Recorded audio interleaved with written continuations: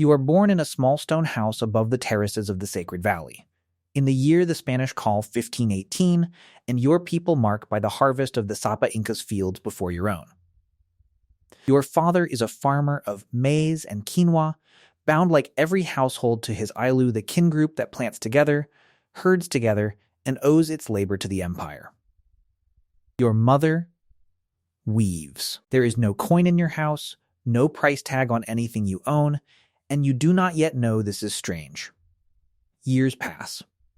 You turn 5, and you learn what Aini means before you learn to read the stars your grandfather reads. It means the debt of help owed for help given. When your uncle's roof needs mending, the whole Ailu climbs the ladders, and next season, when your family's canal breaks, the same hands appear at your door. Nobody counts what is owed in coins. They count it in memory, in songs sung at the harvest, in knots tied into a quipu by the village accountant, who is not a merchant but a servant of the state. You turn 10. Your father explains the mita, the labor tax every household gives the empire instead of money. A season on the roads. A season in the mines. A season in the Sapa Inca's own fields, whose harvest fills the kolka, the great storehouses on every hillside, so that when drought comes, no one starves. Because the grain was never for sale in the first place, only for keeping. The truth is, your empire has solved a problem money-based worlds still argue about: how to make sure need is met without anyone needing a coin to prove they deserve it. There is no market square in your town. There has never been one. You turn 14. Your older brother Almaru teaches you to read the quipu's colored strings, and your little sister Cori learns to spin wool so fine the inspectors praise it at the festival of Inti Raymi. Your mother tells you Pachamama does not charge rent for the earth she gives you, you only owe her respect, and corn beer poured onto the ground before you drink your own. This is the shape of your whole world, labor for labor, gift for gift, the state as a vast redistributing hand rather than a marketplace. You do not know yet that 1,100 leagues away, in Spain, there are men counting silver by weight, and that the number they are counting will end everything you know. You turn 19 the year the strangers are first spoken of bearded men on huge deer, arriving on the northern coast, asking, always asking, the same question your language has no true word for. Where is the gold?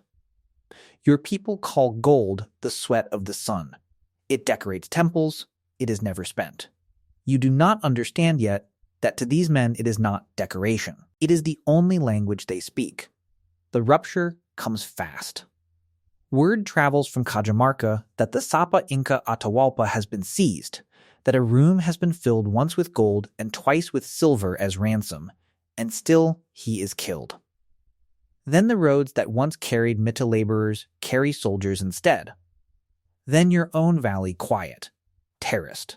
Ordered by centuries of reciprocity, hears the sound of iron horseshoes on stone for the first time.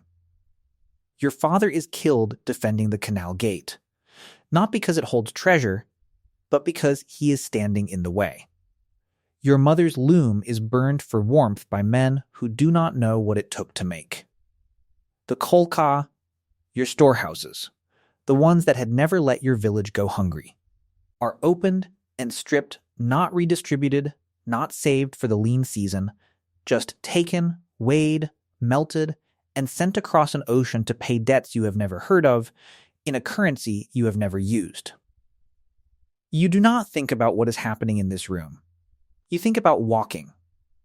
You are marched, with what remains of your Ailu, toward a mining settlement the Spanish call by a new name, where the mitia still exists but has been twisted no longer a tax owed to a state that stored your harvest against your hunger, but forced labor owed to men extracting silver for a system that has no concept of Aini at all.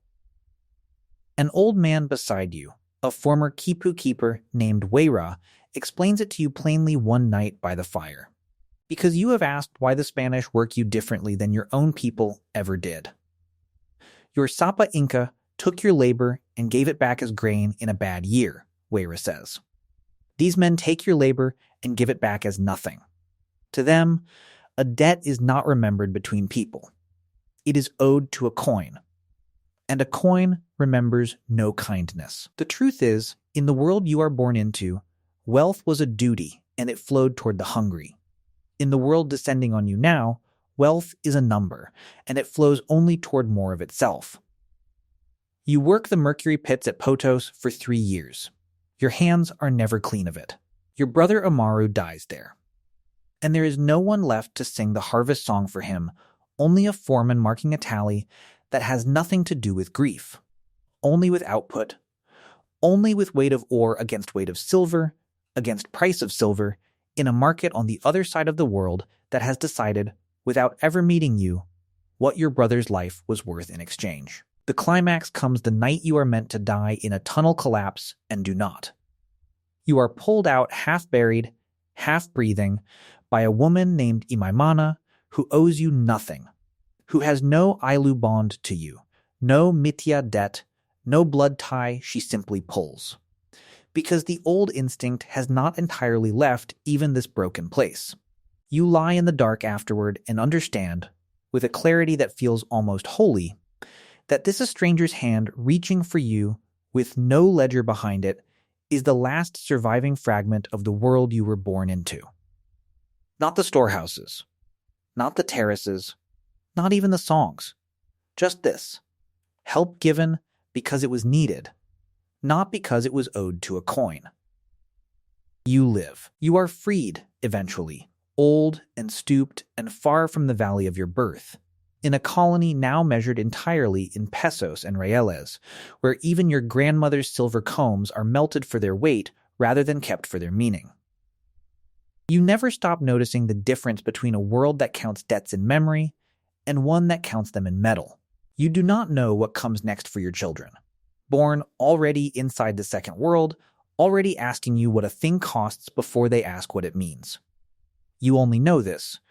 You were born owing your neighbors kindness, and you die owing a mine owner numbers on a page, and somewhere between those two debts, an entire way of being human was quietly, permanently erased.